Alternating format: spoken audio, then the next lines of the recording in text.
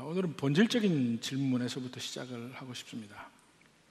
여러분은 왜 교회를 다닙니까? 왜 교회를 다닙니까? 제가 처음에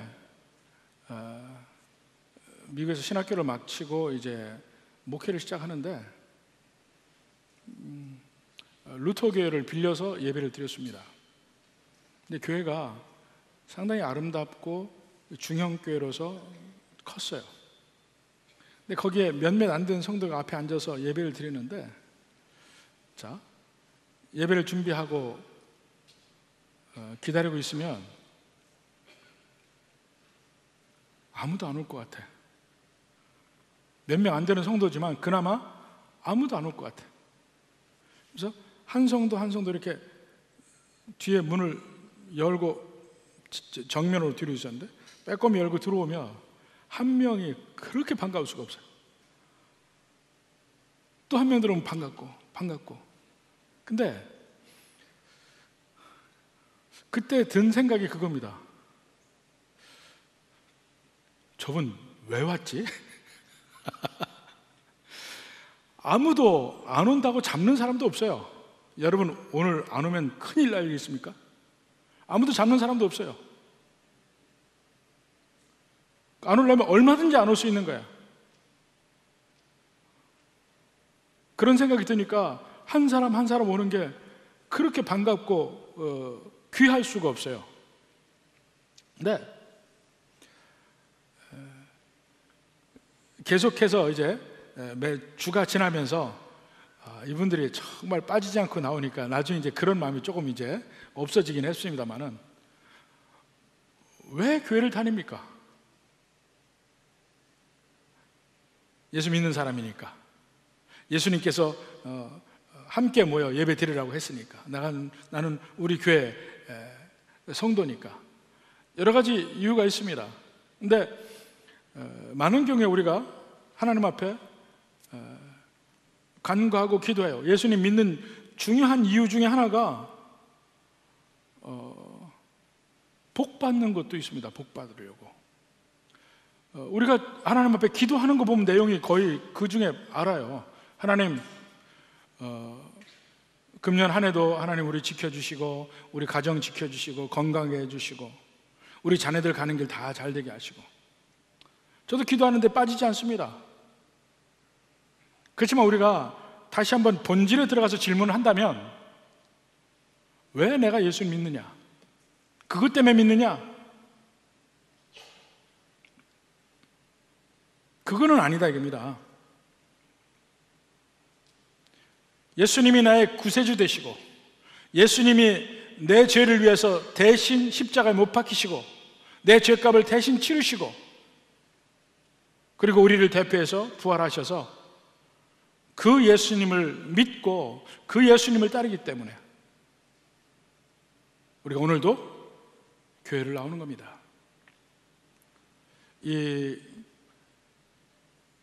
오늘 우리 본문은 뒤로도 계속해서 우리가 보겠지만은 예수님이 십자가의 길 가시는 그 과정이에요. 고난의 길. 이 고난의 길을 가는 그 예수님을 보고 세상 사람들이 다 여러 가지 관점으로 예수님을 바라봅니다. 유대인들은 그렇게 십자가에 가신 예수님을 보고 절대로 구세주가 아니라고 하고, 헬라인들은 예수님이 가시는 길이 미련하다고 하고, 이해할 수 없는 길입니다. 십자가의 길은 죽음의 길이고, 죽음의 길은 절대로 성공일 수가 없으니까. 그래서 예수님의 십자가 하면 우리를 위해서 고난당하시는 예수님이 주로 강조되어서 그림으로 그려지고 이렇게 합니다. 근데 그 예수님의 십자가를 전혀 다른 관점에서 그린 화가가 있어요. 이 20세기 화가로서 초현실주의면서 아주 그림을 가지고 여러 가지 그 상상력을 자극해 하는 그림을 많이 그린 사람이 있습니다. 살바토르 달리라는 사람입니다. 살바토르 달리, 스페인 화가인데 지금도 그 살바토르 달리의 그 박물관이 그 스페인의 바르셀로나 북쪽에 가면 해변가에 있습니다. 그 살바토르 달리가 십자가에 못 박히신 예수님을 그린 그림이 있습니다. 그 그림을 한번 보시겠습니다.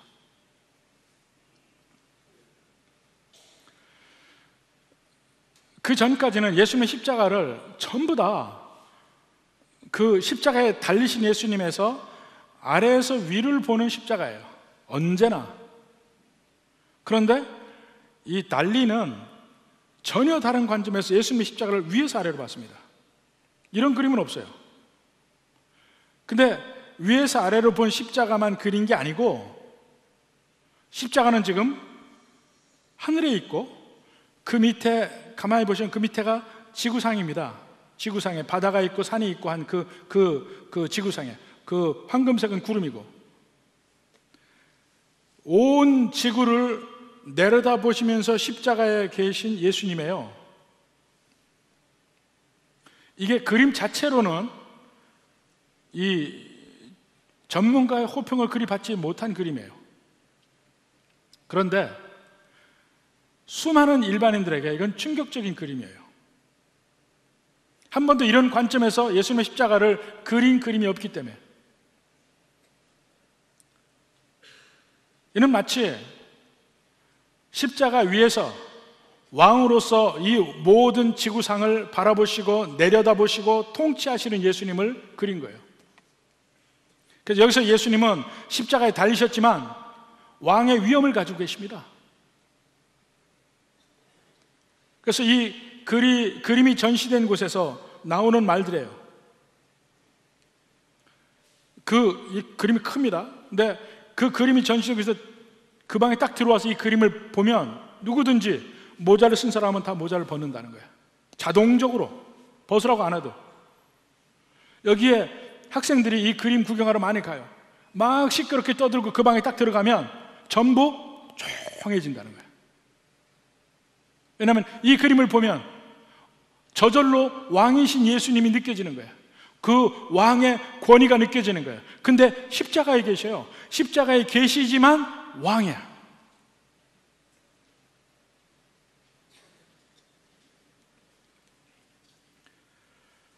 예수님이 처음 십자가에 대해서 얘기를 하셨습니다. 베드로의 신앙 고백 이후에 저는 그리스도시요 살아계신 하나님의 아들이십니다 얘기한 이후에 예수님의 받으실 고난에 대해서 이야기합니다. 그러니까 이 예수님이 십자가에 가신다는 그 행위만 얘기해서는 안 돼요. 예수님이 누구신지가 먼저 분명히 얘기가 되어야 예수님이 십자가에 가신 그 일이 비로소 의미가 있습니다. 하나님이시면서 우리를 사랑하사 이 땅에 인간으로 오신 주님. 왜 인간으로 오셨나? 십자가를 가시기 위해서 오셨다. 그런데 그 십자가가 그냥 우리의 죄 때문에 죄값을 치르시는 십자가일 뿐만이 아니고, 그 십자가는 우리를 통치하시는 왕의 자리라는 거야. 왕의 자리. 오늘 본문이 이 몇 절 안 되는 구절이지만 바로 이런 면을 보여주고 있습니다. 지금 복음서 전체는 예수님의 일생에 대한 이야기죠. 근데 예수님의 일생이 나면서부터 33살까지 33년이에요. 근데 그 33년의 생애를 쓰는데 마태복음 같으면 전체가 28장인데 첫 30년의 삶은 1, 2, 3장에 다 기록되어 있어요. 마지막 3년이 공생애, 예수님의 퍼블릭 미니스트리죠. 공생애 3년간의 기간이 4장부터 28장인데 그 중에서 마지막 일주일이 21장부터 27장이에요. 그러니까 3년간의 기록이 4장에서 20장까지 17장이고 마지막 일주일이 21장에서 27장 8개 장이에요. 그러니까 시간에 비해서 얼마나 마지막 일주일에 집중적으로 조명해서 무게를 다해서 복음서가 마태복음이 써야지는지 알 수 있죠. 마가복음은요, 예수님의 그 일주일, 마지막 일주일 전까지 생애가 1장부터 10장이에요. 1장부터 10장. 그리고 11장부터 15장까지가 마지막 일주일이에요. 거의 절반에 가까운 분량이 예수님의 마지막 일주일에 관해서 쓰여진 거라 이겁니다. 그러니까 모든 복음서 기자들이 예수님의 일생을 쓰지만 그 중에 특히 마지막 일주일을 쓰고 싶었고 초점을 맞춰 있고, 그 마지막 일주일 중에 예수님이 고난당하시고 십자가에 못 박혀 죽으시는 이 장면에 집중적으로 쓰여져 있어요. 시간적으로 보면. 그러니까 이 물감으로 칠한다면 점점 옅은 색에부터 예수님의 십자가가 가장 진한 색으로 있는 바로 그런 이 소위 그라데이션이 되어 있는 거예요. 점진이 되어 있어요. 이렇게 예수님의 십자가에 가장 조명을 많이 하고 있습니다. 근데 그 예수님의 십자가를 가시는 부분에 오늘 본문에 보면 27절부터 32절인데 32절은 동떨어진 구절이에요. 이건 나중에 보기로 하고 27절부터 31절까지 보면 이것이 전후 대칭 구조로 되어 있습니다. 이 유대인의 사고방식 안에 자기들이 이야기하고자 하는 가장 중심적인 내용을 이야기하기 위해서 쓰는 문학적 기법이 전후 대칭 구조예요. 이 카이아스틱 스트럭처라고 하는 것인데 전후 대칭 구조. 이 전후 대칭 구조를 고든 웬함이라는 사람이 발견을 했는데, 성경의 그 창세기 홍수에 관한 기록이 나올 때 자유주의 학자들이 굉장히 공격을 많이 했던 부분입니다. 이것은 두 문서를 합한 것이다 이렇게 가지고. 근데 전후 대칭 구조를 발견하고 나서는 그 자유주의의 모든 그 공격을 능히 막을 수 있게 됐어요. 논리적으로. 그 이후로 보니까 성경의 수없이 많은 곳에서 이 전후 대칭 구조가 나오는 거예요. 그래서 이것이 히브리 사고에서 어느 것이 가장 중심인지를 나타내는 문학적 기법으로 인정을 받고 있습니다. 오늘 부분을 보면 27절부터 31절까지 봅시다. 이 전후 대칭 구조가 뭐냐면 1, 2, 3, 4 들어가서 다시 3, 2, 1로 나와요. 그러니까 위아래를 보면 1이 제일 위에 있고 제일 끝에 있고, 그 다음 단계에 2가 있고, 그 다음 단계 3이 있고, 제일 점점에서 제일 중심에 가장 이야기하고 싶은 핵심이 나와요. 오늘 부분이 그렇게 나옵니다. 먼저 27절 봅시다. 이에 총독의 군병들이 예수를 데리고 관정으로 들어간다. 예수를 데리고 들어가죠. 근데 31절 후반부에 보면 거기에 대꾸가 나옵니다. 30절 후반부에 십자가에 못 박으려고 끌고 나갑니다. 아까 들어가는데 끌고 나오죠. 이게 서로 대칭을 이루고 있어요. 그게 제일 양파의 바깥 부분이고, 바로 그 다음 앞부분을 보면 28절에 옷을 벗기고 홍포를 입히죠. 31절 전반부에 보면 홍포를 벗기고 옷을 입힙니다. 그게 서로 대칭을 이루고 있어요. 그게 두 번째 껍질입니다. 안쪽으로 들어가서. 세 번째 껍질은 29절 전반부에 보세요. 가시관을 엮어 그 머리에 씌우고, 머리에다가 가시관을 씌우죠. 근데 30절에 보면 그에게 침을 뱉고 갈대를 빼서 머리를 치더라. 머리에 고통을 주는 장면이 양쪽에 서로 같은 껍질이야. 세 번째 껍질. 그리고 그 첫 번째 껍질, 두 번째 껍질, 세 번째 껍질 가고 제일 마지막에 가서 보면 제일 안쪽에 29절 후반부 말씀이 있습니다. 29절 후반부 말씀이? 그게 뭡니까?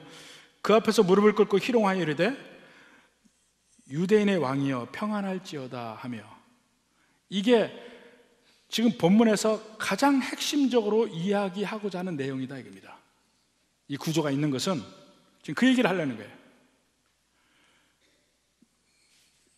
전체 이 구조에서 핵심적으로 가장 알맹이로 이야기하고자 하는 부분은 로마 병정들이 무릎을 꿇고 희롱하며 유대인의 왕이하고 경배하듯 하고 있는 그 장면이 가장 핵심이라 이겁니다.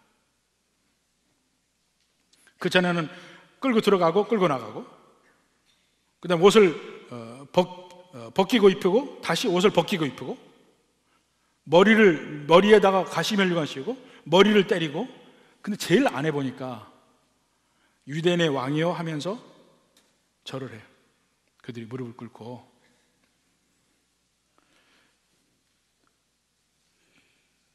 지금 이 본문에서 보면 예수님은 아무 말도 안 하십니다. 그냥 당하고 계시는 거예요. 고통의 소리도 없고 하나님 앞에 간구하는 소리도 없고 침묵하고 계셔요. 오직 나는 소리는 조롱하는 사람들의 소리만 들리는데 그 중에 유일하게 나온 소리가 뭐냐? 유대인의 왕이여 라는 말만 나와 있어요. 지금은 조롱당하면서 그러지만 사실은 그 장면이 온 인류가 예수님 앞에서 그래야 되는 장면이에요. 진심으로 예수님을 왕으로 느끼고 예수님 앞에 무릎을 꿇고 경배해야 된다는 겁니다. 먼저 오늘 본문에서 지금 그 뒷부분에도 계속 마찬가지인데, 제일 먼저 우리가 바로 알아야 될 것은 예수님이 누구신지를 바로 알아야 된다. 지금 고난받으시는 장면을 보고 예수님을 구세주 아니라 하면 안 되고, 어떻게 구세주가 고난받으실 수 있냐, 그 얘기를 하면 안 된다 이겁니다. 고난받으시는 우리의 왕, 이 면이 먼저 받아들여지고 인정이 되어야 한다. 이게 제일 먼저입니다. 그 다음에 그렇게 될 때에 그 고백이 이루어질 때, 그 다음에 우리는 예수님을 경배하고 감사해야 된다는 얘기입니다. 고난받으신 왕이라는 것을 내가 받아들인다면 그 다음에 나올 것이 감사라. 저는 목회하면서 수많은 성도들이 있죠. 그 전에 제가 교회에서 심우했던 교회들도 있고, 근데 그 중에 특별히 제가 정말 제 마음에 감사함을 가지고 있는 성도들이 있습니다. 여러 성도들이 있죠. 제 목회를 할 때 특별히 여러 면으로 도와주시고 사랑을 베풀어 주신 분도 있습니다. 여러 필요한 걸 채우신 분도 있고,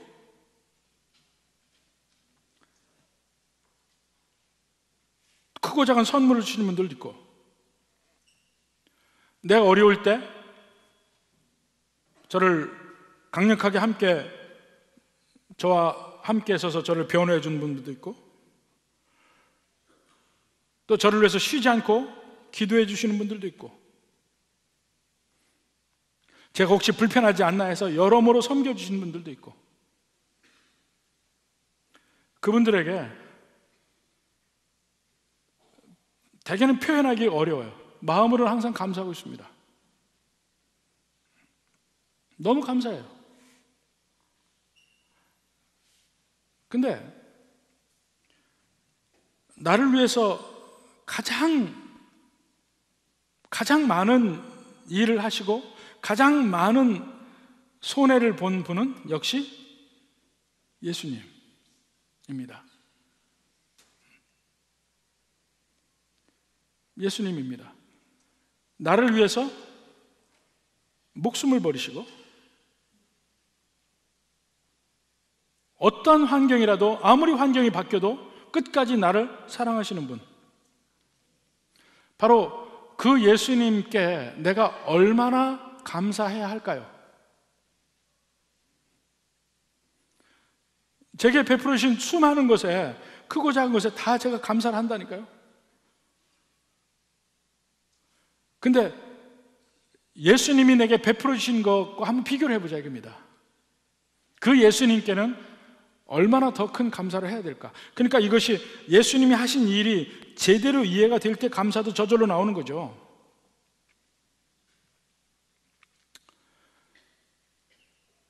예수님 분명히 나의 왕이신데 왜 고난을 당하신가? 이 예수님이 당하신 고난은 내가 얼마나 죄인인가 하는 면을 웅변적으로 보여주고 있습니다. 사실은 우리가 항상 나를 위해 고난을 받으셨네 하고 우리가 찬양도 하고 고백도 하고 하지만 나를 위해서 죽으셨단 말입니다. 이 모든 인류를 위해서도 죽으셨지만 혹시 그 모든 인류가 나 하나뿐이라도 예수님은 나를 위해서 죽으신 거예요.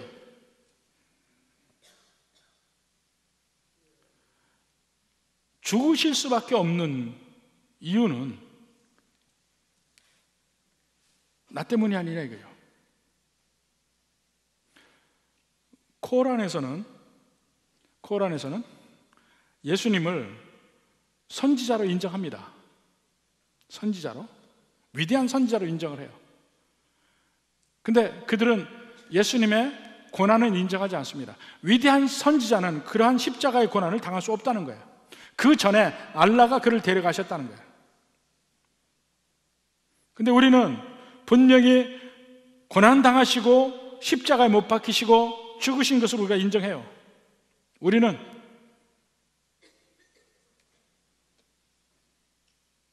내가 범한 크고 작은 여러 가지 죄 때문에 예수님은 십자가에 가셨습니다. 어려서부터 엄마한테 거짓말한 죄부터 점점 크면서 온갖 크고 작은 죄를 범합니다. 도둑질하고 입술로 죄를 짓고 불평하고 더러운 말을 하고 비방하고 또 점점 우리가 큰 죄라고 인정할 수 있는 죄들도 같이 집니다. 간음하고 폭력을 행하고 사기를 치고 속이고 그 수없이 많은 죄 때문에 예수님이 그 고난을 당하신다. 오늘 예수님이 그 병정들 앞에서 침뱉음을 당하고 머리를 맞고 가시면류관을 써서 머리를 고통을 당하고 온갖 조롱과 핍박을 당하는 이유가 뭐냐 이겁니다. 보라, 세상 죄를 지고 가는 하나님의 어린 양이로다. 근데 그것은 죄인인 사람을 병사가 때리는 것과 예수님을 때리는 것과는 엄청난 차이죠. 아무것도 아닌 사람이 그냥 당하는 것과 아주 존귀한 분이 당하는 것과는 다른 일이고, 창기가 당하는 것과 가장 귀한 공주가 당하는 것과는 또 다른 일이고,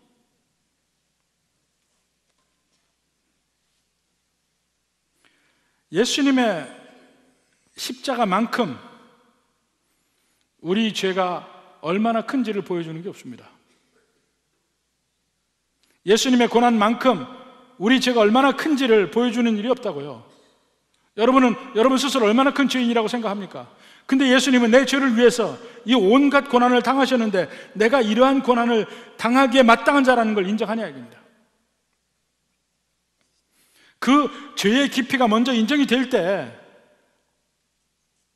예수님의 십자가를 통해서 하나님의 은혜를 경험합니다. 그리고 우리 자신이 철저하게 무능하다는 것을 인정할 수밖에 없습니다. 예수님의 십자가를 보면. 그래서 우리가 예수님께 할 수 있는 사실은 유일한 거가 감사예요. 감사. 주님 감사합니다. 뭘 해요? 예수님 앞에 갚을 길도 없어요. 갚을 수도 없고, 우리가 유일하게 가장 잘할 수 있는 건 감사합니다. 내 삶의 현장이 어떻든, 내가 지금 어떤 상황에 있든 아무런 관계없습니다. 우리는 처음부터까지 우리 평생 동안 우리가 예수님께 제일 많이 해야 될 게 뭐냐면 감사해요. 주님 감사합니다. 그 모든 우리의 삶이, 믿음의 삶이 감사에서 시작한다면 우리에게 있는 수많은 문제 다 없어집니다. 지금 여러분의 현재의 삶의 위치에서 과연 감사하냐? 감사. 나를 위해서 이렇게 핍박받고 고난당하시고 십자가에 가시는 그 주님을 감사하느냐? 감사한다면 그 다음에 우리 문제를 봅시다. 뭐가 문제인지. 아무것도 문제가 되지 않을 거예요. 그 다음에 우리가 살아가는 그 감사함으로 살아가는 그 삶에 저절로 그 다음에 연결되는 또 하나가 있습니다. 이제 예수님을 본받아서 사는 삶이야. 우리 삶을 이렇게 추격할 수 있습니다. 예수님이 누구신지를 충분히 알아야 돼. 고난받으시는 것과 예수님이 왕이신 것이 하나됨이 있어야 돼요. 그 다음에 감사하는 사람의 삶은 예수님을 본받고 사는 삶이에요. 32절 봅시다. 나가다가 시몬이란 구레네 사람을 만나매 그에게 예수의 십자가를 억지로 지워 가게 하였더라. 앞에 전후 대칭 구도는 전혀 별개로 동떨어진 구절이에요. 그렇다고 해서 뒤도 붙여봐야 전혀 연결이 안 되는 이 말씀이 32절이에요. 근데 이렇게 동떨어진 구절, 없어도 문제가 없는 이 구절을 왜 마태는 굳이 여기다 썼을까? 먼저 한번 봅시다. 구레네 시몬이라는 사람이 누굴까? 구레네는 지금의 리비아 지방입니다. 북아프리카에. 거기도 유대인들이 많이 살았어요. 그 당시에 그 유대인의 전쟁이라는 그 역사책을 쓴 조세프스가 얘기한 내용을 보면 그 구레네에는 거기 인구의 4분의 1이 유대인이라고 그래요. 그 당시에 그만큼 유대인들이 많이 살았어요. 유대인들이 온 로마 곳곳에 퍼져서 많이 살았으니까. 거기에 살던 디아스포라 유대인, 그러니까 팔레스타인 밖에 사는 그 유대인들을 디아스포라라고 하는데 그 디아스포라였을 거라고 생각해요. 시몬이라는 이름 자체가 유대인 이름이고 그가 유월절을 지키기 위해서 예루살렘에 왔을 것 같아요. 좀 더 자세한 기록들을 보면 누가복음 23장 26절 봅시다. 그들이 예수를 끌고 갈 때에 시몬이라는 구레네 사람이 시골에서 오는 것을 붙들어 그에게 십자가를 지워 예수를 따르게 하였더라. 마가복음 15장 21절에 보면 마침 알렉산더와 루포의 아버지인 구레네 사람 시몬이 시골로부터 와서 지나가는데 그래서 예수 십자가를 졌다고 그랬거든요. 거기 그 예루살렘에 가서 보면요, 이 성전이 시온산 위쪽에 산 위에 제일 높은 곳에 성전이 있습니다. 그리고 바로 옆에 이 북쪽으로 로마의 요새가 있어요. 근데 예수님이 채찍질을 당한 곳이 그 북쪽 로마의 요새에서 채찍질을 당하고 그 다음에 골고다까지 길을 갑니다. 근데 골고다까지 가는 길을 가는데 길이 처음에는 내리막길이에요. 내리막길로 가다가 한 번 좌회전, 그 다음에 우회전해서 오르막길입니다. 근데 거기 가서 보면 지금은 완전히 아랍 사람들의 시장터가 돼 있지만 그 길을 슬픔의 길, 비아 돌로로사라고 합니다. 근데 내리막길로 가요. 약간 꼬부라졌다가 다시 오르막길로 시작되는 점에 구레네 시몬이 십자가를 진 곳이 나옵니다. 그 비아 돌로로사에 그 성경에 보면 예수님이 십자가에 가는 길에 뭐 물을 먹기도 하고 뭐 이 벽을 만지기도 하고 이런 데가 나오는데 전부 7군데가 나와요. 근데 이 천주교 사람들은 거기 순례를 와가지고 그 비아 돌로로사 가면서 7군데 있을 때마다 예배 한 번씩 드려. 예배 한 번 드리고 이렇게 가는데 구레네 시몬이 십자가를 맨 곳은 오르막이 시작되는 길이에요. 그러니까 내리막길은 십자가를 가지고 갔지만 오름하게 되면 이미 예수님은 힘이 다 빠졌어요. 더 이상 갈 수가 없어요. 바로 거기서 시몬을 붙잡아다가 십자가를 지게 한 겁니다. 그 오르막에서.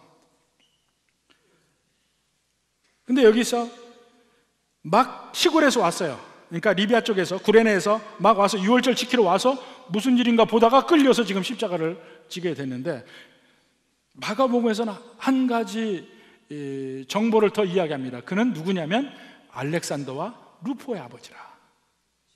알렉산더와 루포의 아버지. 이 말이 뭐겠어요? 이미 마가복음을 쓸 때 그 구레네 시몬의 아들들인 알렉산더와 루포는 예루살렘 교회 안에서 알려진 사람이에요. 구레네 시몬 하면 잘 모르니까 그게 누구냐면 지금 당신들이 아는 알렉산더와 루포의 아버지야, 이렇게 얘기하고 있는 거예요. 실제로 성경에 그 알렉산더 루포 이름이 나옵니다. 사도행전 19장 33절에 보면 에베소에서 막 그 바울에게 반란이 일어날 때 이야기입니다. 유대인들이 무리 가운데서 알렉산더를 권하여 앞으로 밀어내니, 그러니까 무리 가운데서 그 유대인 중에 한 사람이 그 알렉산더가 나와요. 그러니까 알렉산더라는 이름 자체가 사실은 헬라 이름이에요. 알렉산더 대왕 이름을 딴 거니까 헬라 이름인데 그 무리가 볼 때 유대인이라고 그랬어요. 그러니까 대개 디아스포라 유대인일 가능성이 많거든요. 그가 이제 유대인을 대표해서 변명하는 장면이 나오고, 루포도 로마서 16장 13절에 나옵니다. 주 안에서 택하심을 입은 루포와 그의 어머니에게 문안하라. 그러니까 이 바울도 그 어머니를 잘 알고 루포도 아는 거예요. 그 당시 교회 안에서 상당한 위치에 있던 사람들이에요. 어쩌면은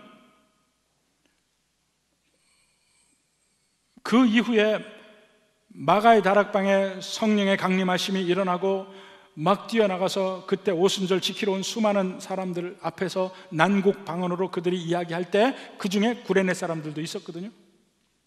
그때 시몬도 거기서 보고 예수님 믿었는지 모릅니다. 3,000명이 예수님 믿고 그 다음에 5,000명이 예수님 막 이때니까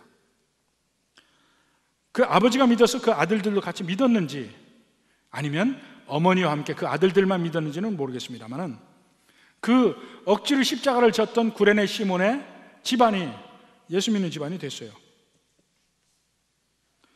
재밌는 사실은 성경에 또 다른 시몬이 나옵니다. 예수님이 베드로라고 이름을 지어진 원래 시몬.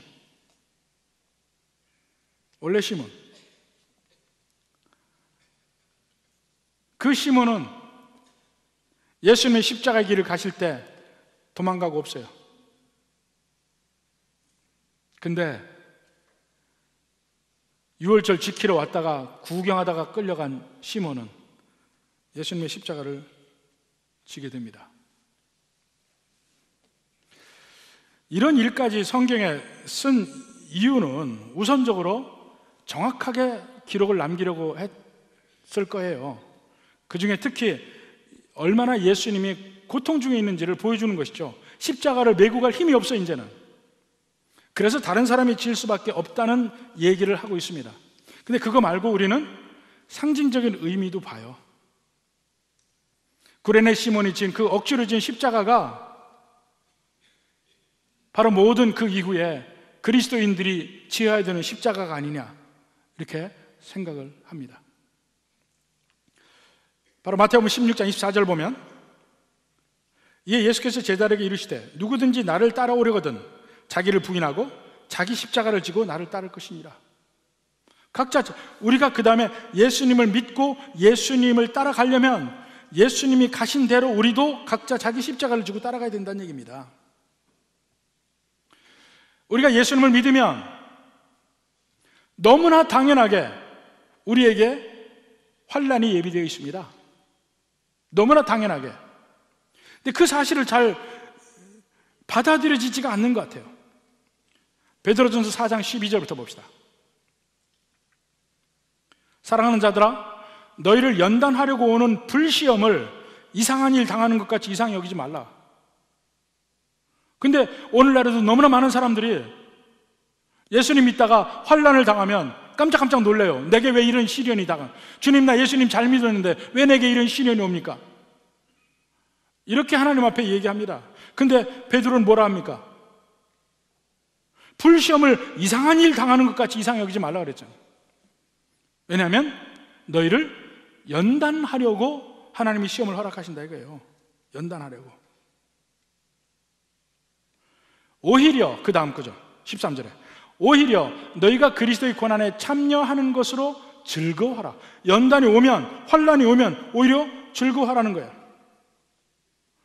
왜냐하면 그의 영광을 나타내실 때 너희로 즐거워하고 기뻐하게 하려 하십니다.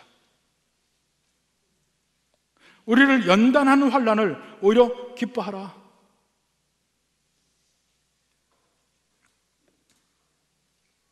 그래서 우리가 그런 환난을 당할 때 예수님 믿음으로 말미암아 당하는 환난들이 있습니다. 세상은 예수 믿는 사람을 좋아하지 않아요. 예수 믿는 사람이 믿음을 더 표현할 때마다 더 여러분을 핍박하는 사람이 나옵니다. 그럴 때 기뻐하라. 사도행전 5장 41절 봅시다. 사도들은 그 이름을 위하여 능욕받는 일에 합당한 자로 여기심을 기뻐한다. 공회에서 그들이 협박을 당하고 고통을 당할 때, 예수의 이름을 전하지 말라고 할 때 전한다 하죠. 그리고 예수님을 위해서 능욕받는 일을, 예수님 믿으면 당연히 받는 것이지 합당한 자로 여기심을 기뻐한다. 여러분에게 예수님 믿다가 당하는 핍박과 환난 합당하게 여기라 얘기입니다. 저는 매번 선교제 가면서 선교지에서마다 느끼는 것이, 대개 선교지라는 곳이 어떤 곳입니까? 예수님 믿기 어려운 곳들이에요. 지난번에 우즈베키스탄 가서도 그랬고, 이번에 태국의 치앙마이 가서도 교회가 없는 산종 마을에 갔습니다. 우리가 듣기는 예수 믿는 사람이 한 사람이 있어요.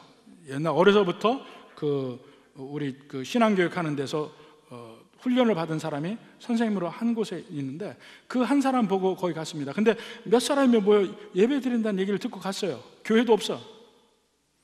근데 거기 가보니까 한 집에서 4가정이 예배를 드리고 있어요. 목사님도 없고 4가정이 예배를 드리는데, 그 집이 그 동네에서 제일 부잣집이야. 산족들이 요새 태국에서도, 산족 중에서도 그 몇몇 족속은 굉장히 부자로 삽니다. 그 이유가 고냉지 채소로 성공을 했어요. 그래서 치앙마이 그 산 쪽에 가면은 아주 고냉지 채소가 엄청나게 많이 나오는데, 이번에 간 그 집은 그 고냉지 채소의 모든 묘목을 대주는 일을 하는 한데, 그 동네 사람들이 다 그 집의 일꾼들이야. 그 집의 일꾼이 40명이야. 근데 그 할머니 한 분이 완전히 대장이에요, 대장. 다 끌어가는데 그분이 예수 믿는 사람이에요. 근데 그 할머니가 우리 집사람은 동갑이더라고. 그 참 이상하대. 나중에 동갑인 거 알고 막 좋아하더니 우리 집사람 끌고 자기 방에 자려고 그러는 거야. 나는 어떡하고. 그럴 정도 좋아하는데 그 사람이 간증을 하는데, 자기 8살에 예수 믿었대요. 아버지하고 같이. 근데 아버지가 엄청나게 동네에서 핍박을 받았어요. 자기 신앙을 간증해서. 자기도 어려움을 겪고, 결혼했는데 남편이 절대로 예수님 못 믿게 하고 핍박을 해서 평생을 핍박을 당했어요. 그래서 남편이 한 5, 6년 전에 죽었대요. 남편 죽고 나서 선포했대. 나 예수 믿는 사람이라. 그리고 그때부터 집도 개방하고 거기서 예배를 드리기 시작한 거야. 환난 속에 살았는데 이분 전혀 끄떡없어요. 너무나 당당하게 그 전체가 불교인 그 사회에서 예수 믿는 사람 얘기하고 같이 예배 드리고 어떻게 하면 이제 제대로 교회를 세울 수 있는지 얘기하고, 환난 중에서 신앙을 지킨 사람들을 선교지에서 계속 만나요. 오히려 우리가 도전을 받아요. 우리는 너무나 편한 환경 속에서 이를 믿습니다. 그러면서 가끔씩 환난이라는 이름으로 포장해서 조금씩 어려움이 당하면 놀래가지고 주님 이게 웬일입니까? 웬일은 뭘 웬일이에요? 그냥 너무나 당연한 거지. 다시 한번 원점에서 여러분께 질문할게요. 여러분은 왜 예수님을 믿습니까? 잘 살려고? 평안하려고? 여러분이 성경의 많은 구절을 여러분이 지금 무시하고 살아요. 성경에 끊임없이 예수 믿는 사람의 삶에 대해서 이야기를 하고 있습니다. 그 삶을 뭐냐? 예수님 믿는 삶은 십자가의 삶이라는 거야. 고난받는 삶이라는 거야. 환난이 있다는 거예요. 이것을 안 보고 살아. 오늘 한번 몇 구절을 해서 예수 믿는 자의 삶의 특징이 뭔지를 한번 봅시다. 로마서 8장 17절. 자녀이면 또한 상속자고 하나님의 상속자의 그리스도와 함께한 상속자니 우리가 그와 함께 영광을 받기 위하여 고난도 함께 받아야 할 것이니라. 믿는 자의 현재의 고난을 당연하게 얘기하고 있잖아요. 히브리서 13장 12절. 그러므로 예수도 자기 피로써 백성을 거룩하게 하려고 성문 밖에서 고난을 받으셨느니라. 성문 밖, 예수님의 골고다 십자가가 성문 밖이었거든. 거기서 고난을 받으셨느니라. 13절에 그런즉 우리도 그 치욕을 짊어지고 성문 밖으로 그에게 나아가자. 구레네 시몬이 십자가를 메고 가던 그 길을 우리도 메고 가자 이겁니다. 그래서 문 밖 골고다의 길을 우리 가자 이거예요. 빌립보서 1장 29절. 그리스도를 위하여 너희에게 은혜를 주신 것은 다만 그를 믿을 뿐 아니라 또한 그를 위하여 고난도 받게 하려 하심이라. 이 구절 봤어요? 예수님 믿는 사람은 그를 위하여 고난도 받게 하려 하심이라. 베드로전서 2장 21절. 이를 위하여 너희가 부르심을 받았으니 그리스도도 너희를 위하여 고난을 받으사 너희에게 본을 끼쳐 그 자취를 따라오게 하려 하셨느니라. 고난의 길을 따라오게 하려 하셨느니라. 고린도후서 1장 4절. 우리의 모든 환난 중에서 우리를 위로하사, 우리의 환난 중에서 우리를 위로하사 우리로 하여금 하나님께 받는 위로로서 모든 환난 중에 있는 자들을 능히 위로하게 하시는 이시로다. 이게 무슨 말인지 아세요? 제가 교회적으로 목사로서 엄청난 환난을 당했잖아요. 요즘에 가끔씩 문제 생기는 교회마다 제게 와요. 제게 와서 이렇게 문제가 생겼습니다 하면 제가 제일 먼저 무슨 말을 할 수 있겠습니까? 잘 견디십시오. 저도 견디어서 승리했습니다. 견디십시오. 위로부터 해주고 헤쳐나갈 방법도 같이 얘기해주고 같이 얘기합니다. 바로 이 얘기예요. 모든 환난 중에 있는 자들을 능히 위로하게 하셔요. 나도 거기를 가봤다. 이게 위로 중에 제일 좋은 위로입니다. 그 환경에 없는 사람이 위로하기는 쉽지 않아요. 그 환경에 있었던 사람이 위로하기는 쉽습니다. 자식을 잃은 사람의 슬픔을 누가 위로할 수 있습니까? 저 위로 못해요. 또 다른 자식 잃었던 경험이 있는 분들이 가서 위로할 때 마음이 열리고 위로할 수 있어요. 환난 당하는 사람 누가 위로합니까? 그 전에 더 큰 환난을 당한 사람들 능히 위로할 수 있어요.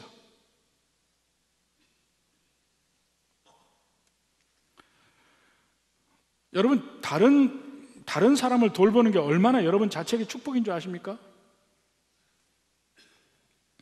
집에서 여러분이 아내나 남편에게 불평이 있는 사람들 많죠? 왜 우리 마누라 왜 그럴까? 우리 남편 왜 그럴까? 문제 있는 가정들 신방하고 위로하고 도와주러 다녀보십시오. 가서 얘기 들어보면요, 그 남편, 그 아내 얘기 들어보면 우리 아내, 우리 남편은 내가 받들어 모시고 살아야 될 사람들이야. 얘기 들어보면 오히려 남에게 내가 돕는 일을 하면서 내가 더 도움을 받아요. 선교지 가보십시오. 그분들에게 주러 갔다가 더 많은 것을 받아요. 로마서 5장 3절. 다만 이뿐 아니라 우리도 환난 중에도 즐거워하나니 이는 환난은 인내를, 인내는 연단을, 연단은 소망을 이루는 줄 알미로다. 이 말을 참 잘 이해를 못하는데, 환난은 인내를 낳아요. 무슨 얘기냐면 우리가 환난을 당할 때 하나님께 기도합니다. 하나님, 이 환난에서 나를 건져 주십시오. 근데 대부분의 경우 하나님은 아무런 답을 안 하셔요. 너무너무 힘들고 어려운데 아무리 기도해도 답을 안 하셔요. 그러면 그 다음에 내가 할 수 있는 건 뭡니까? 하나님 응답을 안 하시니까 참는 수밖에 없죠. 어떻게 참고 견디는 수밖에 없어요. 온갖 비와 우박과 이 모든 것을 다 맞아야 돼. 할 수 없어. 근데 맞다 보면 저항력 좀 생겨요.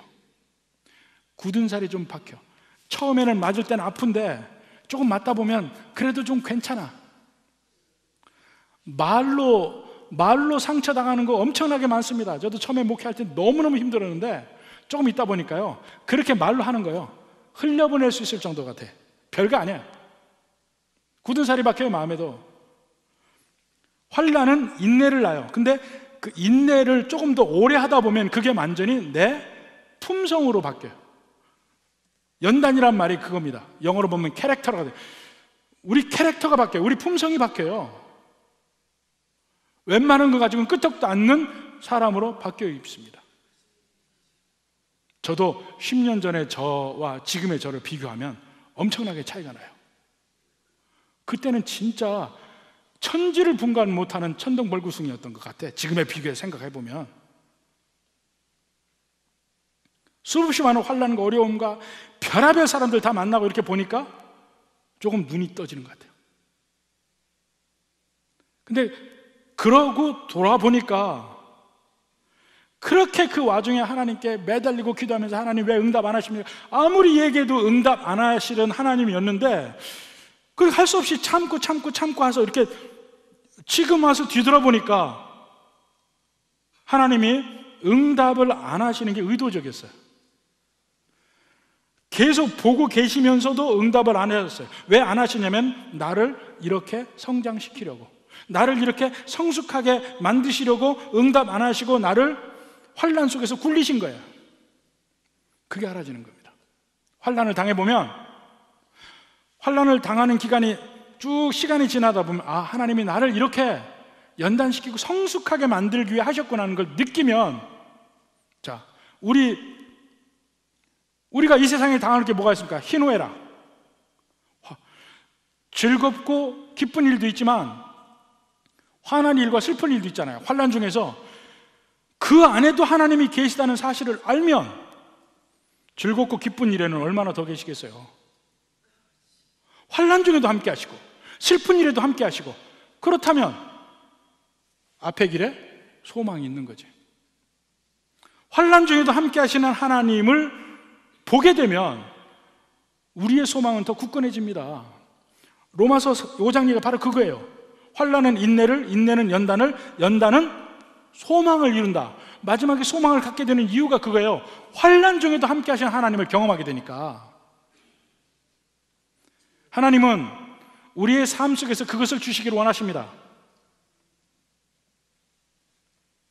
로마서 8장 18절에도 생각하건대 현재의 고난은 장차 우리에게 나타날 영광과 비교할 수 없도다. 마지막으로 베드로전서 5장 10절 봅시다. 모든 은혜의 하나님 곧 그리스도 안에서 너희를 부르사 자기의 영원한 영광에 들어가게 하시니가 잠깐 고난을 당한 너희를, 지금 여러분이 환난과 고난을 당한다면 그것은 잠시 잠깐, 영혼과 비교해보면 아무것도 아닌 잠시 잠깐이에요. 지금 그때는 힘들지만 우리요, 사실 많은 분들 알잖아요. 지난 7년 동안 어려움을 당하면서 이게 언제 끝나나, 영원히 안 끝날 것 같았잖아요. 근데 작년 6월에 갑자기 끝나대. 근데 지금 생각하면 언제 그런 일이 있었나 하는 생각까지도 들어요.